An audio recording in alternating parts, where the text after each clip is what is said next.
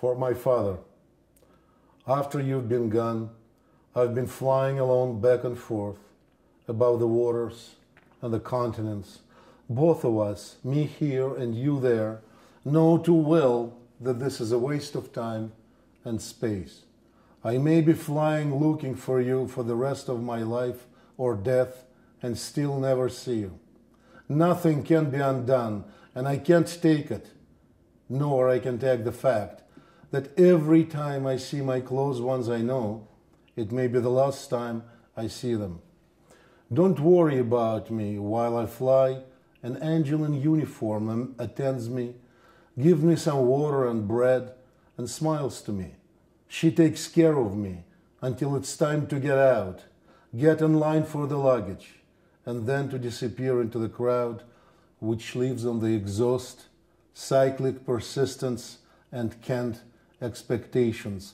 The latter is something I live on myself. Expectations melting slowly into waiting as I keep on flying in the space given for the time being. VA, Veterans Administration Hospital. My first job in the US was at the VA Medical Center. Nights of the boxed breath and the smell of stale piss, chain smokers, the collapsed lobes overgrown by the relentless pink matter, laryngless vets talking in robot voices, emaciated black guys in the men's room puffing through the tracheostomy tubes, a burned unit survivor hit by the kamikaze at the very end. The young Jewish doctors were rotating for a year or two, running around with syringes, dispensing chemotherapy, then disappearing into the green sponge of the suburban universe.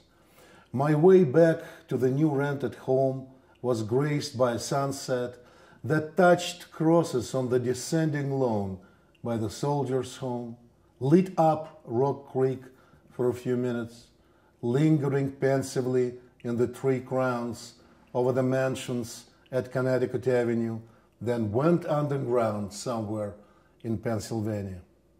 Around was the darkness, punctuated by a dialogue between the towers on the flagships, the Naval Hospital, and the Mormon Temple, guiding the large cargo planes gliding through the black milk of the night breath toward Andrews Air Force Base. On the way to the employee cafeteria for DK. Along the corridor to the employee cafeteria, we walked down with him as usual, passing paintings of the dead, members of the board from the good old times, their Presbyterian bluish eyes looking at me with indignant curiosity. On the right side, there is a big window where spring is trying to make its way into a regulated, certified environment of the inner courtyard. We enjoy it anyway, thanks to the square of the cold blue sky that looks indifferently at the bottom of our lives. So Dave says, there's supposed to be a good weather finally next week. And I think of next week, and of next month, and of the next decade, etc., as I usually do, pretending that I'm perennial and eternal. So Dave says, great, my favorite grilled chicken sandwich is on the menu today. Well, that's worth living, I think. Over the platter, he talks about Hitler's willing executioners, about insatiable lawyers, and about his mom who moved to Boca Raton, where everybody lives now, and how they went to Israel and Jordan together while it was still not deadly, and that now it's too late for him to make a family.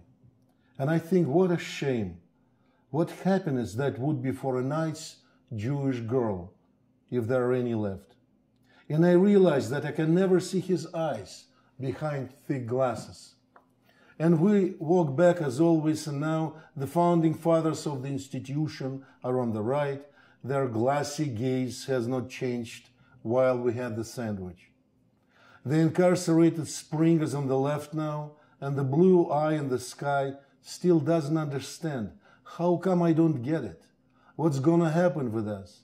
And now I know that he knew and I didn't, and that he knew that I didn't know, and that I can't even know. Since it's impossible to know. Once you know, it's too late. And that's the point.